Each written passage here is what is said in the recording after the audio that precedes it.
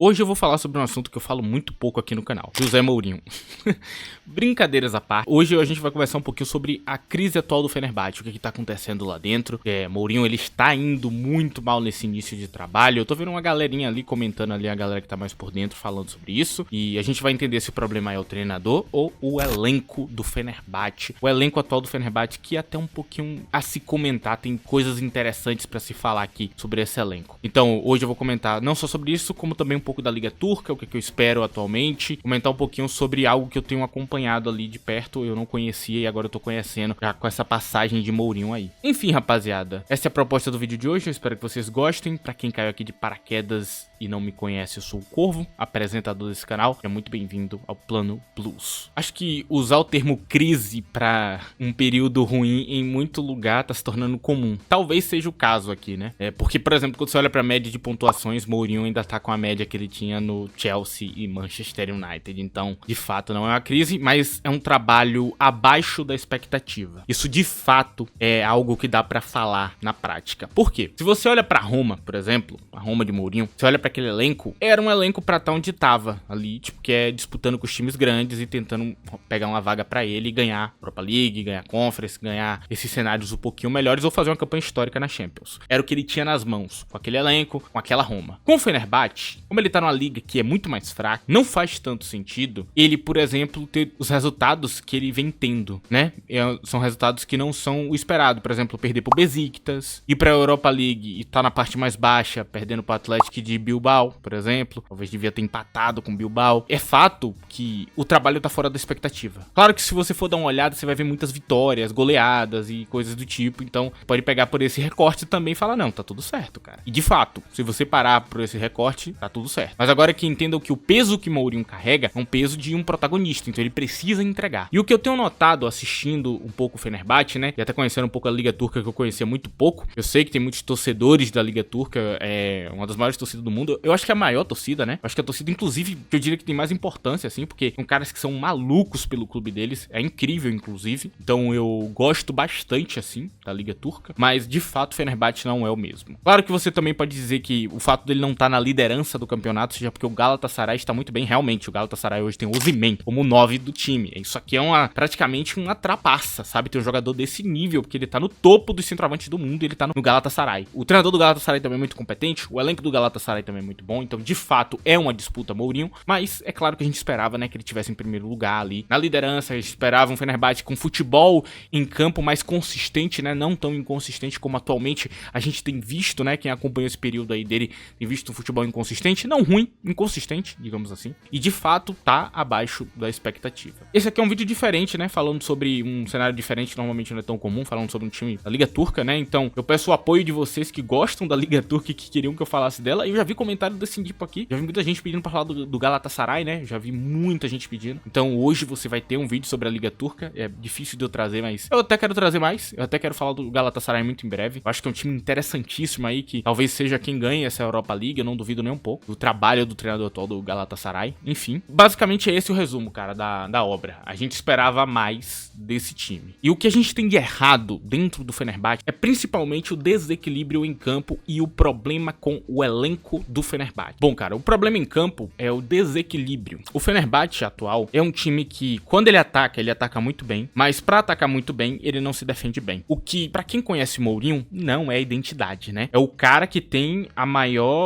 tem um recorde de jogos sem sofrer gol em casa. É um cara que é conhecido por ser retranqueiro. Então como é que um cara que é conhecido por ser retranqueiro não consegue defender bem com o Fenerbahçe? Esse que é o ponto. E entrando nesse ponto, esse desequilíbrio, eu falo do desequilíbrio exatamente usando esta palavra, porque quando ele se defende bem, ele não ataca bem. Isso tem a ver com o elenco, com os jogadores, que mais pra frente vocês vão entender o porquê. Mas de fato, atualmente o que acontece dentro do Fenerbahçe e que é completamente solucionável é que ele não achou o equilíbrio certo em campo. Então a gente tem um time que pra atacar, ataca deixando muito espaço, e pra defender, não consegue atacar direito e por muitas vezes acaba falhando nessa parte, né? Esse aqui é um problema grave, ele não tem conseguido equilibrar o campo pra ser um time realmente funcional. Tem faltado inclusive peças pra fazer algumas coisas que ele gosta e não tem dentro do elenco do Fenerbahçe, é um elenco muito limitado. É um elenco que eu diria até que é um pouquinho pior do que o que ele tinha na Roma, né? Acho que a Roma ele tinha acesso a jogadores um pouquinho melhor e deveria ser assim, né? Porque é um time da Itália, um time grande da Itália não deveria estar abaixo de um time da Turquia, é claro. E é difícil atrair jogadores, é muito difícil, uma liga que não chama tanta atenção, não é uma vitrine muito boa. Normalmente é a vitrine do fim da carreira de um jogador e não do começo dela, ou da metade da carreira de um jogador. E isso torna muito difícil achar bons jogadores em boa idade, né? O Fenerbahçe atual, o desequilíbrio em campo acontece muito porque as peças do Fenerbahçe não combinam com a ideia do treinador. E aqui eu começo a falar dessas peças, né? E, cara, o desequilíbrio, ele rola porque tem muitas peças aqui que, para atacar, não sabem defender. Um nome que eu cito muito bem, que é extremamente hypado aí pra uma galera que é meio doida, é Alan Saint-Maximin, cara. É um jogador que, ele chama muita atenção pelos dribles, pelos highlights, mas quando você vai assistir ele durante uma temporada, você sabe que ele não é muito bom, não. De fato, né, ele sai ali do Newcastle, a galera pensou que seria uma queda e não foi, não fez nenhuma falta. O Newcastle continuou muito bem sem ele. E, de fato, ele é um jogador que falha muito, porque ele não marca bem, ele não sabe fazer pressão. Ele é um jogador que cria bastante, mas não consegue finalizar bem. Então, em muitos momentos, o acabamento das jogadas dele é muito fraco. Ele é um jogador falho. Ele é um jogador que o Mourinho tem tentado ajudar e tentado melhorar, mas que, de fato, tem sido um problema dentro dos jogos. E não só ele, como tem uma galera aqui que não sabe fazer essa parte de marcação direito. Tem uma galera que não é a deles. Por exemplo, um Dusan Tadic não se destaca tanto nisso, mas é um jogador que compensa, sabe fazer direito. Mas tem uma galera que não sabe fazer essa parte. E aí você tem, por exemplo, uma figura como o Cavete, que é um cara interessante e tudo mais, mas que quando você põe ele em campo, você perde muita criatividade e muito poder ofensivo. Então o time fica desequilibrado novamente. Então, pra ter o time defensivo, ele tem que abrir mão dessas peças que criam muito e que trazem perigo pro jogo, mas se ele abre mão dessas peças, ele não consegue atacar direito. E se ele bota essas peças, ele não consegue marcar direito. E aí a gente tem um terror em campo que ele tem tentado equilibrar. Por exemplo, o fato de Szymański tá entrando menos do que o normal, sendo que ele é um dos melhores jogadores do elenco, é o fato que ele não sabe marcar bem. Então, se você põe Szymański em campo, Alan Saint-Maximin e Tadic, você não tem pressão alta. Ainda mais contando com um centroavante velho como o Dzeko, que hoje já não tem perna mais pra fazer isso, cara. Tá com 38 anos de idade. Então, o problema atual no Fenerbahçe tá bem nisso. Mas não para por aí, cara. Tem muito jogador perdendo gol nesse elenco. Meu Deus, como perdem gol, cara. É muito gol jogado fora. E a gente entende que Dzeko tá em queda de rendimento. Enesiri tem decepcionado bastante nesse início dele. Eu espero que melhore, ok? É um jogador que tem decepcionado muito. Tem muitos jogadores perdendo gol atualmente. O sistema em si provê oportunidades boas pros jogadores, estão bem treinados, mas de fato, quando eles chegam na cara do gol, dificilmente eles acertam. E também, quando a gente olha pra zaga, a gente tem um problema grande. Aqui eu cito o problema dos jogadores da zaga do Fenerbahçe. Cara, ele só tem um zagueiro bom. Tem um zagueiro bom. Çayar Soyuncu. Este zagueiro turco é bom pra caramba. É o mais consistente, é o melhor. E o resto?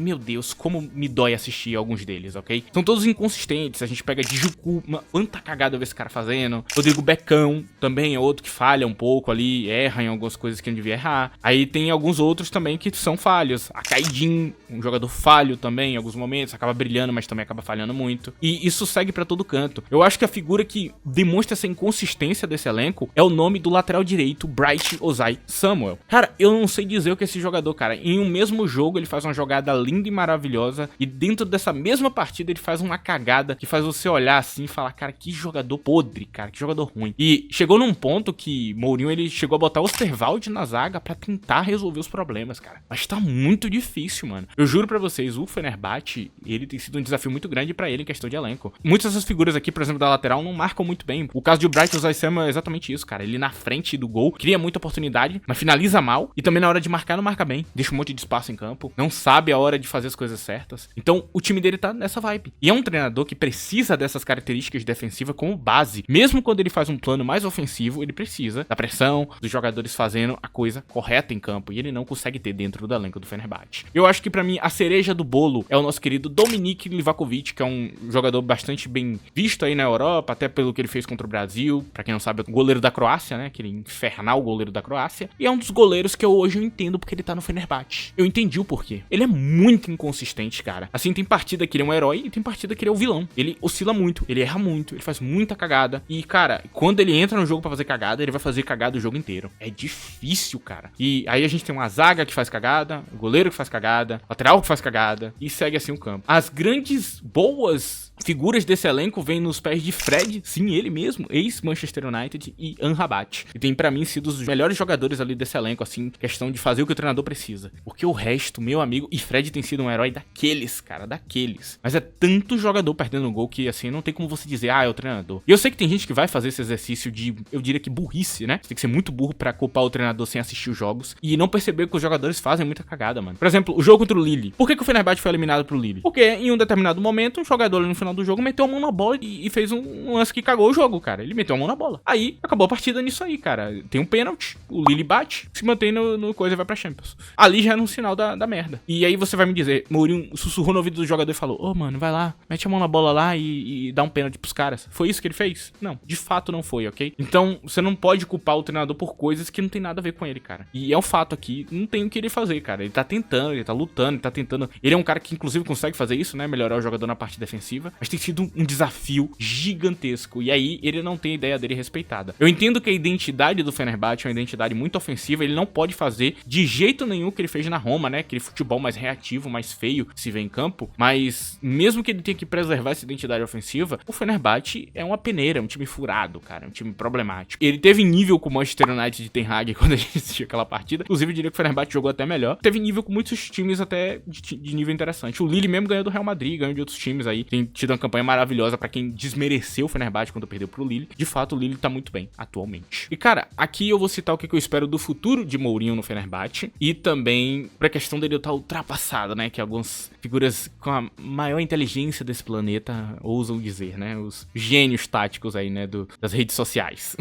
Sentado nas suas cadeiras. Enfim, o que eu posso dizer pra vocês é que antes de eu dar minha expectativa, eu preciso lembrar vocês, não esqueça de ajudar esse vídeo pra frente, cara. Não esqueça o like, é muito importante. Se puder usar aquela opção lá agora de hypar o vídeo que tem ali na aba de comentários dentro do celular, usem, por favor. E compartilhe o vídeo. Eu espero que até o final desse vídeo você esteja convencido de compartilhá-lo pela frente, que seja um conteúdo interessante. E aqui eu cito o futuro do Fenerbahçe, cara. Eu espero que no futuro ele consiga resolver esses problemas. Quem sabe com algumas contratações ele resolva esses problemas. Mas de fato hoje o Fenerbahçe é um time que não tem consistência de titular pra reserva. Se sai um titular, o reserva é um estilo completamente diferente. Ele não consegue dar equilíbrio pro campo e talvez a única solução que ele tenha é mudando a formação, criando algo novo para o Fenerbahçe. O que é totalmente possível, ele já fez isso outras vezes. O que me deixa triste é ele ter parado o esquema tático dele que ele tava fazendo na Roma até a saída dele, né? Que era o 3-5-2, que ele tava imitando o nosso querido Inzaghi da Inter de Milão, pra quem lembra, eu até tinha citado isso. E ele não deu continuidade no Fenerbahçe, infelizmente, cara. Como eu queria que ele tivesse dado continuidade a essa ideia. Pra mim, tava vindo um dos melhores futebols da Europa ali nas mãos de Mourinho. Ele até refinasse a ideia de Inzaghi, né? Enfim. Aqui eu sigo pra o treinador ultrapassado, né? Sempre tem uma galera que usa isso. E, cara, o que eu posso falar pra essas pessoas é que, de fato, Mourinho hoje, ele não é mais top 10 treinadores do mundo. Inclusive, no meu canal, eu nunca o coloquei nesse patamar nessa época atual. Mas, de fato, hoje ele ainda é um grande treinador da Europa ali, em nível acima, por exemplo, de um Erik Ten Hag, no meu ponto de vista. Ele tá a níveis muito acima. Ele tem outras coisas que Erik Ten Hag não tem. E o futebol, pra mim, as ideias, o tático dele é superior, muito superior, inclusive. E é um treinador que é melhor que muitos desses treinadores. Ele não tá no top 15 treinadores do mundo, mas ele ainda tá entre os melhores treinadores da Europa, com certeza. E ainda é um excelente treinador de mata-mata, motivador, cara que consegue participar da gestão de um elenco, né? Gerir ali o que vai acontecer dentro do elenco, melhorar e ajudar a direção a ter um caminho, né? Do que contratar, como fazer. Ele é um cara que pode participar de mais etapas do que só um treinador comum, né? Ele é um cara que já tem uma experiência pra isso. E claramente, né? A parte que você vê os jogadores falando dele, você entende do que eu estou falando aqui. Enfim, cara, e sobre estar ultrapassado, eu queria que as pessoas provassem taticamente isso. Porque se você usa essa argumentação de que ele tá ultrapassado, você talvez tenha a capacidade de mostrar taticamente que é real. Agora, se a pessoa fala, tá ultrapassado na minha opinião, e a pessoa tá citando essa opinião, é uma pessoa completamente irrelevante, burra, e que não tem nenhum conhecimento de fato das coisas, e ela tá citando isso, ela só tá jogando palavras ao vento. E claramente, se você repetir uma palavra ao vento muitas e muitas vezes, vai parecer verdade. Mas a verdade uma hora aparece. É o mesmo tipo de pessoa que falava de Ancelotti quando ele tava no Everton, que ele tava ultrapassado, que ele não tinha mais como continuar a carreira, que a carreira dele tinha acabado. Muita gente falava isso. De fato, o cara foi lá e ganhou mais 2 Champions. E aí, você vai falar o quê? Você com essa opinião idiota, no final das contas, você vai falar mais o quê? Porque de fato, você fala coisas, mas ignora os contextos, né? Ninguém esperava que a Roma de Mourinho fosse ganhar uma Champions, como alguns,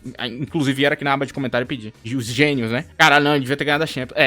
Com aquele elenco eu deveria. Todo remendado, ganha Champions aí, por favor, senão você não é um bom treinador. Pelo amor de Deus, tem que ter consciência do que você tá pedindo, cara. Tem que ter consciência. Assim, que muitas das vezes é injusto essas comparações e não fazem sentido. É, como eu disse, a mesma galera que vai criticar um treinador e daqui a pouco o cara vai lá e ganha um monte de coisa. E você percebe que a pessoa tá falando nada com nada. E é uma prova, porque esse tipo de pessoa, quando ela fala uma coisa, não acontece, sabe? Tá tudo errado na maior parte do tempo. Se você pegar o que a pessoa falava e seguir a linha do tempo, né? Você vai ver que a pessoa tá falando um monte de merda. E aqui também vem aquele ponto, né? Mas eu não gosto do futebol dele em campo. Eu respeito isso. Gostar, você não é obrigado, né? Não é uma coisa que tá na lei. Goste do futebol de Mourinho. Ah, mas eu não gosto da retranca. Tudo bem. Fato, você não precisa gostar. Eu não gosto de muitos estilos de futebol, mas eu continuo mantendo o respeito. Como o que eu falei aqui de Allegri, da Juventus. Eu não gosto do futebol de Allegri, mas eu mantenho o respeito. Ele é um grande treinador, cara. De fato, assim, ele é um dos grandes treinadores da Europa. Não tenho o que falar. Tira o chapéu. O estilo de jogo dele é feio de assistir, mas funciona. Quando o estilo do treinador é feio de assistir e não funciona, aí eu posso realmente descer o pau nele e falar, esse treinador é ruim. Agora, o cara tá com pontuação boa. O cara tava na final da Europa League até outro dia. Tá ganhando coisa. Ainda tá bem no Fenerbahçe. Vai falar que ele tá ultrapassado? Pô, pelo amor de Deus, cara. Pelo amor de Deus, cara. Preencha essa mente aí cheia de vento com alguma coisa, tá ligado? E entenda que seu gosto pessoal não muda em nada. O mundo não muda em nada, não gira em torno do seu gosto pessoal. Seu gosto pessoal e merda dá na mesma coisa no final do dia, cara. Então, ninguém liga que você não gosta do futebol. E porque você não gosta, você acha que tá ultrapassado, sendo que você não tem, de fato, base nenhuma pra falar. Você não pode falar taticamente porque tá ultrapassado, mostrar aqui, ó. Tá ultrapassado por causa disso, ele usa o zagueiro desse jeito aqui que tá errado. Porque, de fato, quando você vai pra prática, olhar essa parte do que é o futebol moderno, você vê que muitas coisas do que Mourinho faz tá dentro do futebol moderno também. Então, pra finalizar esse vídeo, eu queria passar essa mensagem aqui no final. E, cara, eu sinceramente queria muito ver Mourinho treinando um grande elenco no futuro, treinando um time grande. E você, torcedor do Chelsea, mais ainda você deve um respeito ainda maior a Mourinho do que outros de outras torcidas, pra ser bastante sincero. Eu realmente espero ver ele um dia treinando um time grande de novo, com um grande elenco nas mãos, pra ver do que ele é capaz de fazer, né? Até onde ele vai, né, nesse tipo de cenário. Ele já provou ser capaz de muita coisa. Enfim, cara, pro vídeo de hoje é isso. Eu tentei dar essa pequena cobertura aqui ao Fenerbahçe de Mourinho. Eu espero que tenha passado todas as mensagens que eu queria passar. Agradeço a presença de todos vocês. Lembrando que esse aqui é um vídeo mais fora do comum, então com certeza ele vai ter umas views assim mais baixas. O apoio de vocês é muito importante nele. Eu volto a lembrar, né, do apoio de vocês e as fórmulas, né, com like, hypando o vídeo e tudo mais. Enfim, obrigado a presença de todos e a todos que me escutaram até aqui. Tchau.